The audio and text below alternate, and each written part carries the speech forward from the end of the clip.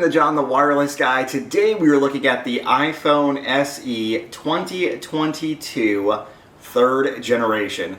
The last one out was 2020, and physically when you look at it, right, you have that same small box, so we can automatically know that it does not come with a brick or a block. So upon opening it, you have the phone. I did go ahead and bypass all this setup, so this way we could jump into that. This particular one is product red, so it does come in three colors. You have product red, you have starlight, which is really white, and you have midnight, which is black. Physically, the phone looks identical to the 2020 version. Your port is down here. You still have your fingerprint sensor, which is your home button, and you still have your home button. Diagonally, it's 4.7 across. Volume up, volume down, and you have your vibrate button or ring button. Your camera lens back here. Now the difference with this one is this SE is now 5G. It also has an eSIM or electronic SIM. With that, how that works, similar to the Apple Watches, when you're putting it into the system to get it going, it automatically generates an electronic SIM number. And so it does have a physical tray. So I imagine if you're going overseas and you want to use a SIM card from that country that you'll be in for a little bit, you can put that SIM card into this phone. It does accept a physical SIM. Of course, then you would set that up with the provider over there. But yes, you could also do that. You have your cable in the box like we've all become accustomed to. No brick, as we mentioned. You have your Lightning, and then you have your Type-C.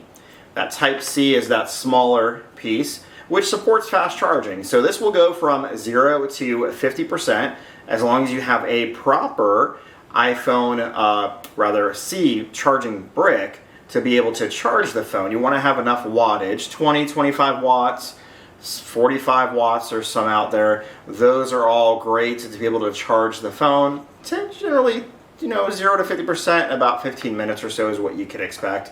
And that fast charging does come in handy. I'm pretty good with my phone and charging, make sure I have enough battery life, but if I'm about to go somewhere, if I'm about to do something, I'm like, oh my gosh, I'm out. I can plug it in with that fast charging and it just goes like that. It's really handy to have. So some stats here for the phone. You've got your display, 4.7. It does say the battery, this is from Phone Scoop, and it's got a question mark there. So looking it up through Google, this particular SE has 2018 for battery. The 2020 had 1821, and the original iPhone SE had 1624. So definitely a jump between 2020 and 2022. You're at 2018 mAh. Some of the other stats, it has the Apple A15 Bionic Chip. It does come in 64 gig, 128 gig, and 256 gig. This particular one is 256. You have a 12 megapixel camera, 4K video, a 7 megapixel front camera, weighing in at 5.09 ounces. Dimensions are 5.45 by 2.65 by 0.29. It is running iOS version 15. A barometer, yes. A fingerprint reader, yes. Flashlight, yes. It is rated for water resistance, IPX7 snorkeling. Now, this has come up recently in the past few months. There's no phone out there that's waterproof. They may say it's rating of a certain thing, like for snorkeling, you would expect IPX7 snorkeling, I guess, would be maybe 3 feet or 2 meters, something along those lines. I would recommend not taking it into the water. That's just my professional opinion. Just pretend like no phone is waterproof and you'll be good. So you have your Bluetooth, yes. NFC, yes. Wi-Fi, yes. Dual SIM. So you can actually have 2 phone numbers in this phone. It started with the iPhone XS, where yes, you could have 2 phone numbers on one phone with the same plan, same company. You could have a different phone number in each phone with 2 different companies.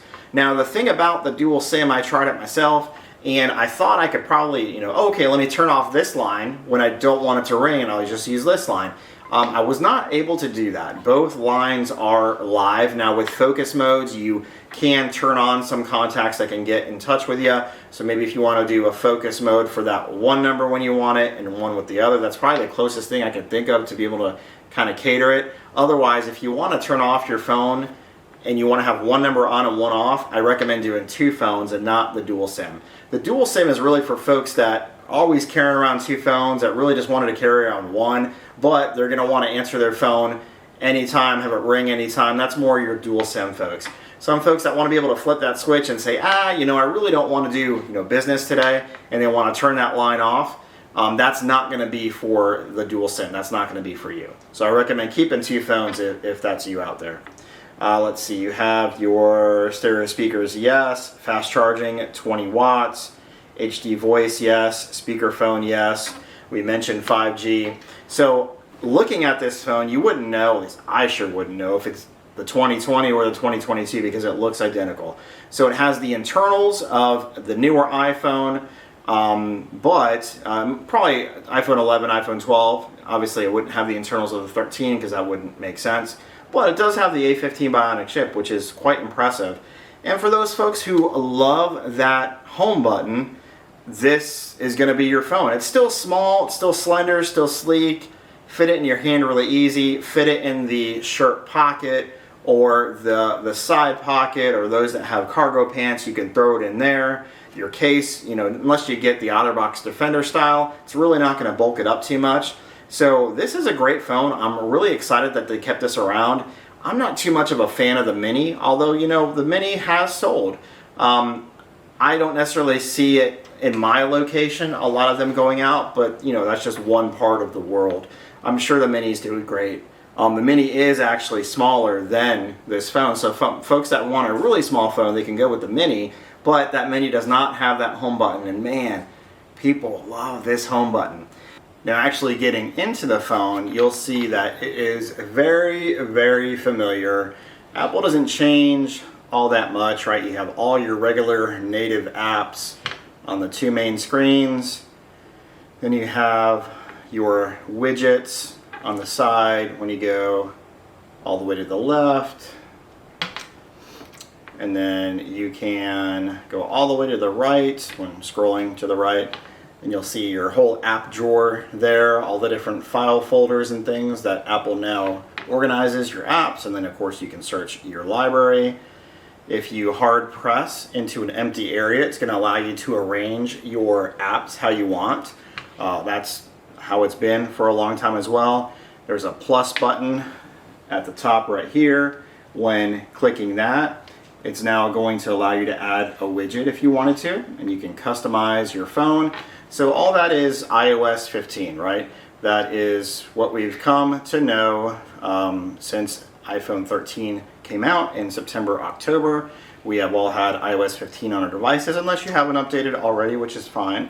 When you go into camera, when you first go into it, it's going to say photographic styles, and then it's going to say choose style.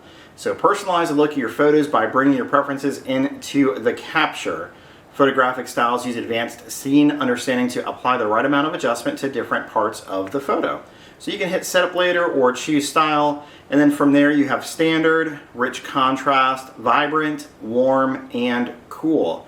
So I've been going with vibrant. Hard to see it through the video, I'm sure. So we hit use vibrant, and then from there you're into your regular camera. Hello. So easy peasy, right? Most of the stuff we went over as far as this phone. When you actually get into the phone, if you're coming from like an iPhone 6S or an iPhone 7, you're going to understandably notice that there is a difference when using this phone. It's going to be faster, better battery life, better camera. That's typically what you expect. Even if you've just upgraded from the 12 and go to the 13, you're going to see a difference. Well, this one here, if you had the SE 2020, SE 2022, you're jumping 2 years. So it is going to be much better than what you have now. Wireless charging, of course, as well. That was with the iPhone 8, and they brought that into the SE 2020 and now into this one also. So it's a great phone. I think it's like mid 400s, somewhere around there, the price point, depending on how you get your storage. So I think this is going to be really good. I hope they continue to come out with the SE model. I don't know how much longer with the fingerprint sensor. Maybe when they figure out a way to do it in the screen of the phone, they'll get rid of this phone with the home button, because it'll kind of be a home button in the screen. I don't know. We'll have to see what Apple does. But as always, like, share, subscribe. Links are in the description as far as our TikTok and Instagram and Twitter, so you can hit us up on there, Jon the Wireless Guy, Jon, and make it a great day.